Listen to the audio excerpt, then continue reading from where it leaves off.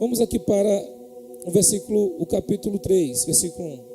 Irmãos, quando eu estive com vocês, não pude lhes falar como as pessoas espirituais, mas como se pertencessem a este mundo ou fossem criancinhas em Cristo. Tive de alimentá-las com leite e não com alimento sólido, pois não estavam aptos para recebê-lo e ainda não estão, porque ainda não controlados por sua natureza, são controlados por sua natureza humana, têm ciúme uns dos outros. Lembra que lá fala sobre o ciúme? Discutem e brigam entre si.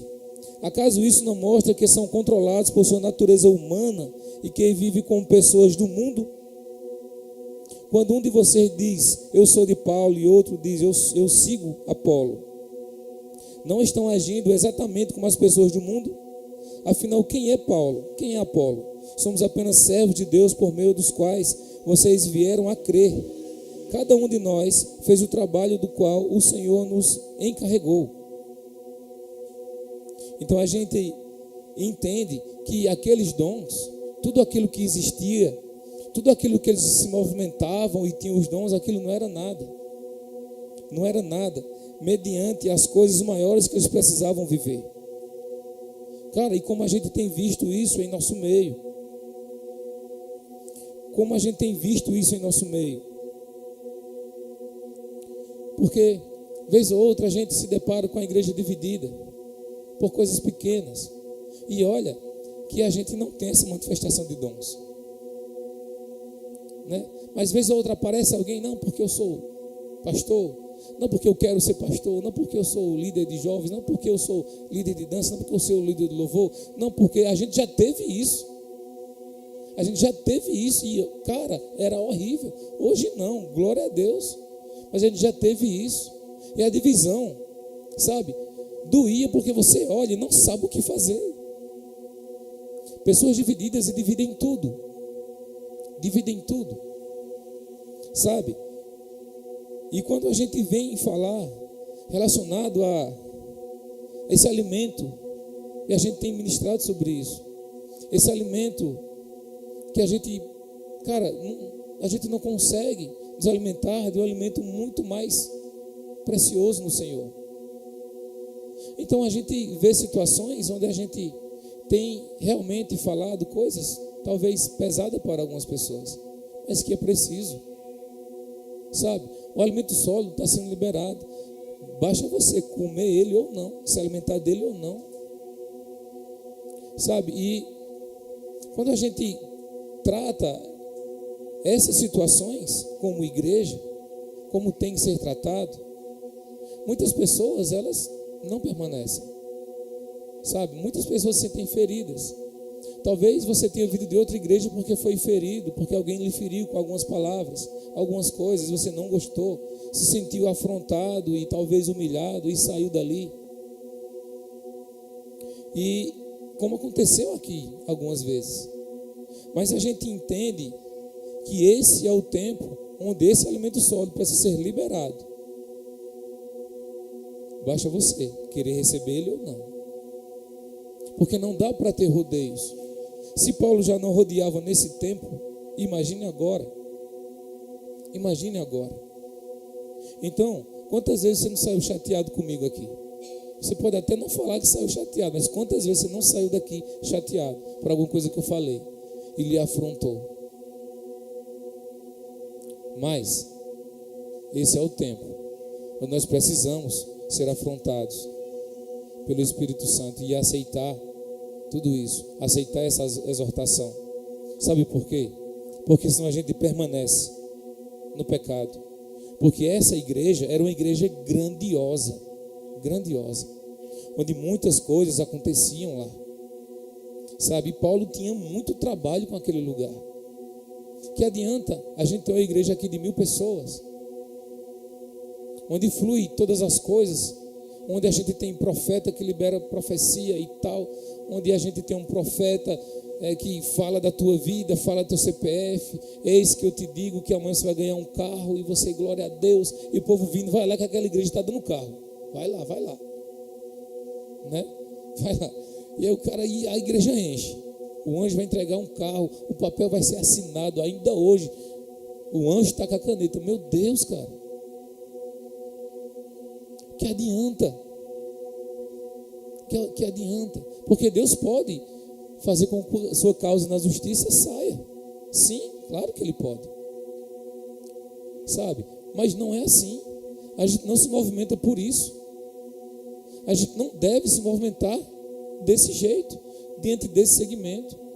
Mas infelizmente, tem muitas pessoas que vão para as igrejas atrás disso. Não estou falando de vocês, porque aqui a gente não fala disso, então vocês não estão atrás disso, né? Mas se Jesus disser para me mandar falar para alguém, e você vai receber um carro amanhã e tal, né? Acaba tem que falar. Eu ainda duvido, assim, que ele não vai falar isso. Ele tem coisas melhores para falar e para fazer, sabe? E aqui eu não quero julgar as igrejas, mas sim a conduta do evangelho que está sendo pregado, a qualidade do evangelho que está sendo pregado, sabe? E a gente olha para Paulo como um grande apóstolo, mas Paulo batia com força, com canto de fé. Capítulo 4, versículo 3 diz assim: quanto a mim, pouco importa como sou avaliado por vocês, ou por qualquer autoridade humana. Na verdade, nem minha própria avaliação é importante. Versículo 5. Eu ligo versículo 3, versículo 5. Portanto, não julguem ninguém antes do tempo, antes que o Senhor volte, pois Ele trará à luz nossos segredos mais obscuros e revelará nossas intenções mais íntimas. Então Deus dará a cada um a devida aprovação. Versículo 7. Pois, que direito você tem de julgar desse modo? O que você tem que Deus não lhes tenha dado? E se tudo que temos vem de Deus, por que nos orgulharmos como se não fosse uma dádiva? Versículo 10. Nossa dedicação a Cristo nos faz parecer loucos, mas vocês afirmam ser sábios em Cristo. Nós somos fracos, mas vocês são fortes. Vocês são respeitados, mas nós somos ridicularizados. Vocês estão entendendo aqui? Quando ele fala vocês, ele fala para a igreja. Quando ele fala nós, ele fala dos apóstolos, deles como apóstolos, sabe? Vou ler de novo. Ele fala deles. Nossa dedicação a Cristo nos faz parecer loucos, mas vocês afirmam ser sábios. Uma igreja que só tinha sábios lá. Nós somos fracos, mas vocês são fortes. Vocês são respeitados, mas nós somos ridicularizados.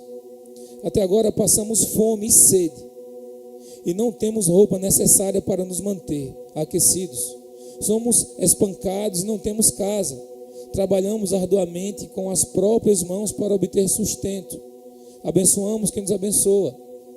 Abençoamos quem nos amaldiçoa. Somos pacientes com quem nos maltrata. Respondemos com bondade quando falam mal de nós. E, no entanto, até o momento temos sido tratados como a escória do mundo, como o lixo de todos. Não escrevo estas coisas para envergonhá-los, mas para adverti-los como os meus filhos amados. Versículo 16. Portanto, suplico-lhes que sejam meus imitadores. Aí a gente começa a ligar as coisas e entender. Por isso enviei Timóteo, meu filho amado e fiel no Senhor. Ele os lembrará de como sigo Cristo Jesus, de acordo com o que ensino em todas as igrejas, em qualquer lugar onde vou. Alguns de vocês se tornaram arrogantes, pensando que não irei mais visitá-los. Mas eu irei, e logo. Se o Senhor permitir, e então verei se esses arrogantes apenas fazem discurso pretensioso ou se têm de fato o poder de Deus. Versículo 21. O que vocês escolhem? Devo ir com vara para castigá-los ou com amor e espírito de mansidão? Esse cara é massa, como diz Isaac, né? É Paulo, cara. Esse é Paulo, afrontando e exortando a igreja que vivia totalmente presa, olhando para dentro de si, sabe? Onde Paulo fala que nós devemos olhar e estar e lutar e buscar as pessoas que vivem lá fora. Ele fala, não, nós devemos estar, sabe, nesse mundo.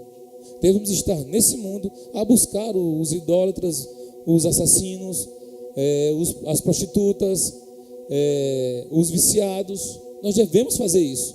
Mas aqueles irmãos que estão entre vós, dentro da igreja, que diz ser irmãos, que vivem qualquer dessas coisas, expulse. É Paulo falando. Expulse. Aqueles que estão aqui dentro, que dizem ser irmãos, e que são falsos, que vivem as suas coisas no secreto, expulse. E a gente não entende esse evangelho quando a gente lê. Sabe? Por que que isso é importante? Porque ele ainda fala que quando você coloca ali um fermento ruim dentro da massa, perde a massa toda, cara. Perde a massa toda. E quando a gente tem falado para você, cara, se converta de verdade, arrependa-se. Porque a gente não quer falar desse jeito. Por quê? Porque não cabe, porque eu sei quem eu sou. Eu sou o pecador. E outra hora eu posso estar em situações difíceis, como eu sempre estive em algumas situações, e precisar de alguém que me exorte, me conduza, me ensine. Sabe? Mas esse tempo que nós vivemos é o tempo de nos entregar e vivenciar esse verdadeiro evangelho. Esse verdadeiro evangelho. E você tem que entender que esse amor que é falado aqui, que é lido de uma maneira tão mansa, não. Ele fala, ele ministra isso aqui com raiva, cara. Com raiva. A gente lendo a mansidão só é muito lindo, não é? Ele está dando uma lapada pesada, sabe? E quando eu falo nós, somos nós mesmos. Quando a gente para e vai conversar com alguém que precisa ser exortado, a gente vai pisando em ovo, para o cara não ir embora. A gente vai falar assim, sabe, pisando em ovo. Não, com medo de a pessoa ir, sabe? Porque hoje em dia o evangelho, ele está muito raso. Muito raso. As verdades precisam serem ditas. Assim como o pai e a mãe de vocês falam com vocês a verdade quando foi preciso, que é que só tem adultos, exceto os meninos. A gente escutou. E quando a gente não escutava, a gente apanhava. Sim ou não? Apanhava. Sabe? E esse é o reino de Deus. Esse é o reino de Deus, cara. Onde a gente pensa que esse amor é um amor que aceita tudo. Você pensa que esse amor aqui, de 1 Coríntios 13, é um amor que aceita tudo? Não é. É totalmente diferente do que a gente sempre imaginou. Porque quando ele fala, se eu falasse a língua dos homens e dos anjos, mas não tivesse amor, seria como um sino que ressoa, ou um símbolo que retine, com raiva, cara. Não existia amor aqui não, era raiva. Ele falava com raiva dentro das situações. Se eu tivesse o dom de profecias, se entendesse todos os mistérios de Deus, e se tivesse todo o conhecimento, se tivesse uma fé que permitisse mover montanhas, mas não tivesse amor, não serve de nada. Não serve de nada. Vocês entendem? A gente lê agora e entende o tom de voz que ele liberou para aquele povo. Arrogante, orgulhoso, presunçoso. Sabe? Aqui ele citou que os filhos namoravam, tinham relações sexuais com as mulheres dos seus pais. A imoralidade estava lá dentro, sabe? Então tudo de ruim que você imagina estava lá. Aí quando você for ler agora, leia diferente, leia sentindo Paulo com raiva, leia Paulo exortando, porque foi assim. Eu não vou ler mais não, porque tem muita coisa aqui para a gente ler. Mas quando você for ler agora 1 Coríntios, leia, mas leia e entenda o que Paulo está falando aqui. Sabe por quê? Porque nós não queremos, não desejamos, e não é para que a gente se torne uma igreja conhecida e grandiosa, porque nós precisamos ter o temor de Cristo, porque quando a gente anda de todo jeito e faz as coisas de toda maneira, nada dá certo. a gente desanda. Sabe? A gente desanda. E se você, como igreja, entende isso, está na hora de mudar a sua direção. Leia de novo. Chega em casa e leia 1 Coríntios. Leia na exortação que Paulo está falando aqui. Aí vai lá falar do amor. Leia, mas leia sentindo a raiva dele, diante de todas as coisas erradas que aconteceram aqui. Porque é pesado. O que ele fala aqui é pesado, cara. É pesado. Porque sem esse amor, que amor é esse que ele falava tanto? As pessoas se vangloriavam de tudo. Egoístas, presunçosas, invejosas. Sabe? E quando ele fala do amor, ele fala do amor que vem da cruz. É esse amor que ele fala. Ele não fala do amor entre um homem e uma mulher. Ele fala do amor que vem da cruz, cara. Sem esse amor, eu nada seria. Sem esse amor que vem do meu Senhor, eu não sou nada. Vocês não são nada. Sem esse amor, nós não seremos nada. Não existirá restauração em nenhuma área das nossas vidas. Vocês entendem?